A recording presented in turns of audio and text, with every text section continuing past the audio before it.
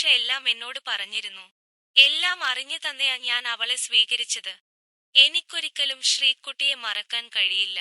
നിമിഷക്ക് അവളുടെ കുഞ്ഞിനൊരു അച്ഛൻ വേണം. അതുകൊണ്ട് തന്നെ ഞങ്ങൾ ഒരുമിച്ചെടുത്തൊരു തീരുമാനമാണിത്. മറ്റുള്ളവരുടെ മുന്നിൽ ഭാര്യ ഭർത്താക്കന്മാരായി ജീവിക്കുക.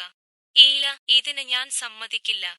നിന്റെ ജീവിതം നശിപ്പിക്കാൻ ഞാൻ സമ്മതിക്കില്ല.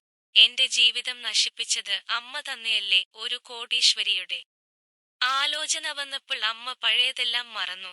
ഭർത്താവ് മരിച്ച് പറക്കമുറ്റാത്ത കുഞ്ഞുമായി നിന്നപ്പോൾ സഹായിച്ച സഹോദരനെയും ഭാര്യയെയും മറന്നു. അവരുടെ മകൾക്ക് കൊടുത്ത മോഹത്തെയും മറന്നു.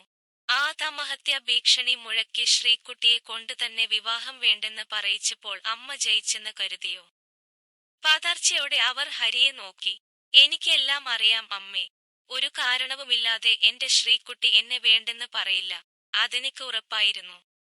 മോനെ, അമ്മയോട് ക്ഷമിക്ക്. അമ്മക്കൊരു തെറ്റ് പറ്റി. നാളെ രാവിലെ തന്നെ ഇവളെ നമുക്ക് വീട്ടിൽ കൊണ്ടുപോയി വിടാം. ശ്രീക്കുട്ടിയുടെ കാലു പിടിച്ച് മാപ്പു പറഞ്ഞിട്ടാണെങ്കിലും അവളെ ഞാൻ നിനക്ക് തരാം. അമ്മാവനും അമ്മായിയും ഒന്നും അറിഞ്ഞിട്ടില്ലെന്നുള്ള ധൈര്യമാണോ അമ്മക്ക്?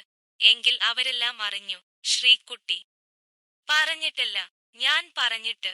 അവർക്കിപ്പോൾ അവളെയോർത്ത് അഭിമാനമാണ്, അമ്മയോട് പുച്ഛവും. ഇനി ഈ കാര്യം പറഞ്ഞ് അങ്ങോട്ട് ചെന്നാൽ അവർ ആട്ടിവിടും. പിന്നെ നിമിഷയാണ് എന്റെ ഭാര്യ. ഈ ജന്മം ഇനി അങ്ങനെ തന്നെയാണ്. ഇത് അമ്മയുടെ അത്യഗ്രഹത്തിന് ഈശ്വരൻ തന്ന മറുപടിയായി കണ്ടാൽ മതി. ഉറപ്പിച്ചു പറഞ്ഞ് ഹരി റൂമിലേക്ക് പോകുമ്പോൾ ചെയ്തുപോയ തെറ്റിൽ മനം നൊന്ത് നിറകണ്ണുകളോടെ നിൽക്കാനേ അവർക്ക് കഴിഞ്ഞുള്ളൂ.